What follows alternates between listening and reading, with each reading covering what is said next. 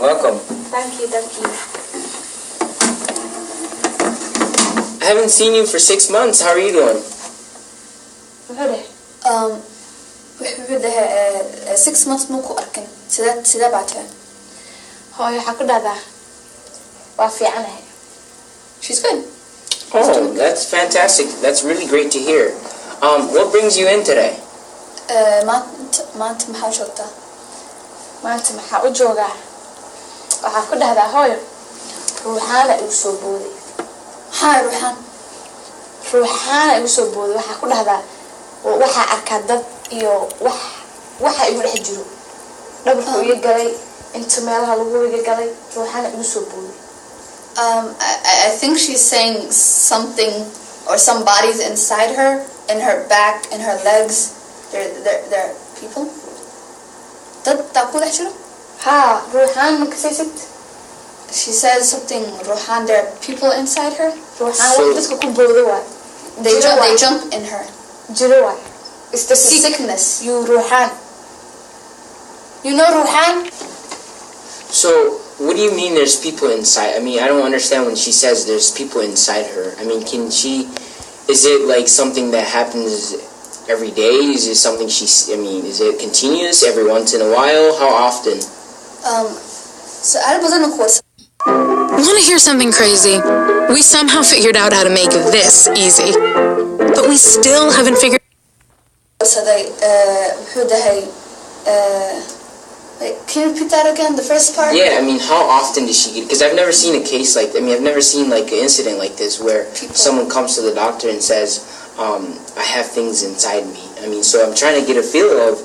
Maybe it could be some sort of a chronic illness or something that can be treated with medicine. So I'm trying to figure out how often does she get this? Maxay u dhacay?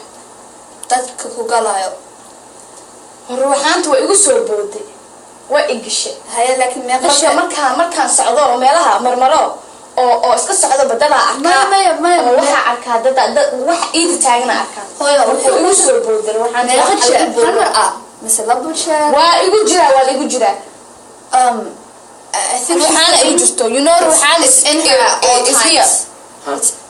One day it just jumped in her and it's in her at all times. So it continues. 3 days ago. So let me write that. Okay, how do you spell that? Spell what? What's the word? Ruhan. Can you spell that for me? Han. Okay, Roxanne. Let me Roxanne. Okay. Roxanne. So Roxanne, let me say okay all times. It's both. Can you help? It does jumping jacks. Jumping jacks. You know Ruhan? You don't know Ruhan? Ruhan. I'm trying to get. Okay, so I have that noted. I'd like to know if there's anything else bothering you. Is there anything else wrong?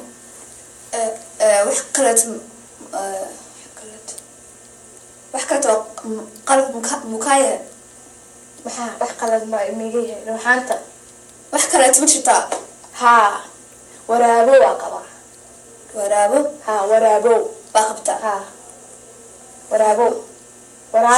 waraabo she has big cats like hyenas waraabo ana waraabo qaba she has hyena.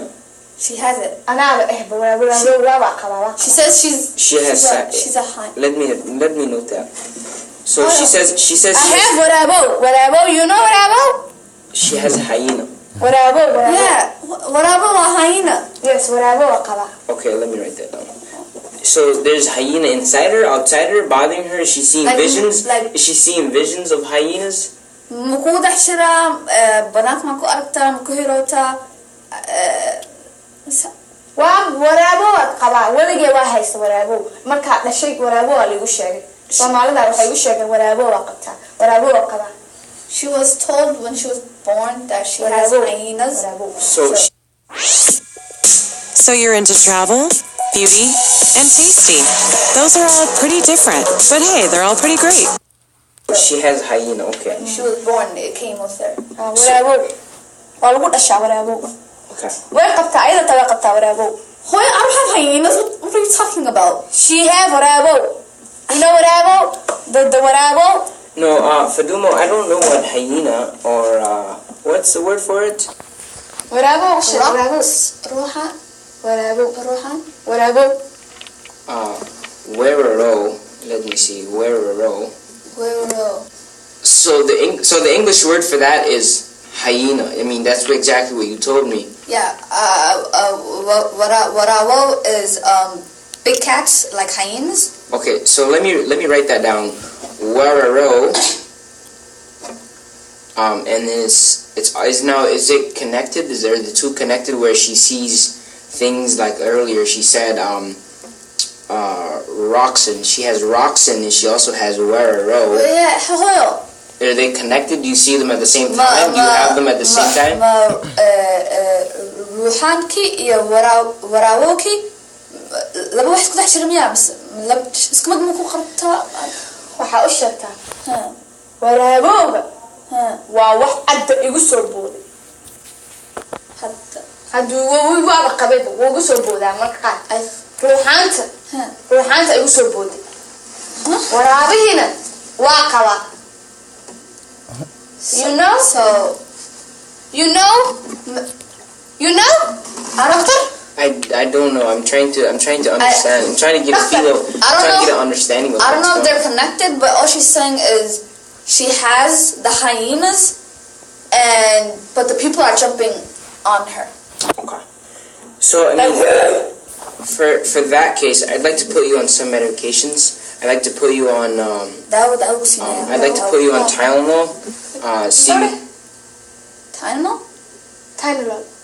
madaxa markuu ku xanuuno eedo waxaa ku dhahdaa madax ima xanuunaye waraabaha qabaaye ruuxaana way u soo boodee wax kale ii sheeg Tylenol 100 malaa maqla Tylenol madaxa la lagu talagalay you Tylenol you know Tylenol That's for pain reliever, yeah. I Tylenol about translate she's saying Tylenol. So you're into astronomy, Stranger Things, and hip-hop. Those are all pretty different, but hey, they're all pretty great. Now there's a place where everything you're into can live together. Introducing Your Feed by Google, now in the Google app. Tylenol is only meant for headaches. Headaches only for headaches. She needs something else because she's got other things. She's got big cats. I have the perfect thing. Something that'll put you to perfect. Do you have sleeping troubles at night? She has. habeenki sleepy you know sleepy habeenki waxa ku dhahdaa ma jiifti cunto ma cuni walaabaha waxa u jijeedaa marka socdobo waxa arkaa adda boqof xaq loo fadhiyo waraabo waay is the you know I'm not quite understanding. Can you the waraabo I'm confused too. Okay. So I'd like to put you on. I'd like to put you on 2 doses of hydrogen peroxide.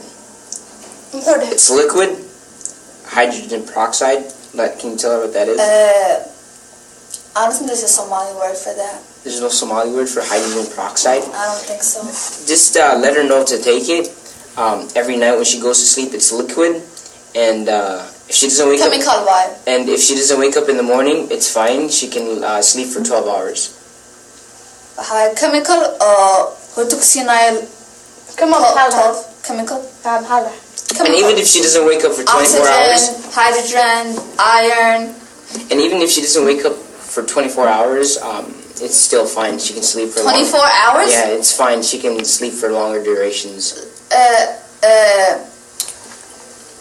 10 24 ساعة waa hurda saac iyo ka badan 24 saac okay why normal why doctor I don't want to the sleeping.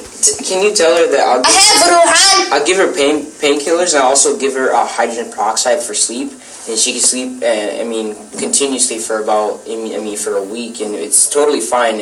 Continually sleep for a week? I mean, well, it. Sometimes you wake up if you don't drink too much of it. Otherwise, you can. I mean, sometimes you can never. So it just tell her. So you're trying to say that my mother may never wake up? No. It's for sleep. It's supposed to put her to sleep, and odds of her waking up are highly. I mean, for what? I mean, I've never seen. I've never heard of the stuff she's complaining about. Maybe really I'm so daunted. It's good for you. I mean, tell her it's good for her. Yeah, Yeah, it's gonna get rid of the hyena she's talking about. That she gets all the time. The jumping jacks, and then the hyena, the roxen, and the wararo. I don't know. This wararo, roxen, hyena. It will fix all of that. wax ma taqaantid kowdhe emarkaadaa tahay waxaa taqaantidaa sheegtay ma jirtid yaa buuxina meesha la soo fadhiisatay tahayna noola isle Can you tell her to keep calm, please? I have the ruuxaan and the waraabo why you put down Can you tell her to just she's saying ease up? Tell her I understand her problems. She's saying understand. She's saying you don't know nothing. You're not a good doctor. You know that no. Well, you can't. I have a ruuxaan. Haddii liiga daaweyn waayo ruuxaanta waa iska baxaa maxaa doctor isku sheegay maxaa kaalkaygu ruuxaanta qaato insurance-kaygu ruuxaanta qaato bilaash mu qaadinayso riya Can you tell her to relax? I've been a doctor for 15 years. I'm well experienced. Can you tell? Where's she gonna pick it up from? No school, no, this is doctor. She doesn't want the prescriptions anymore? No, not you.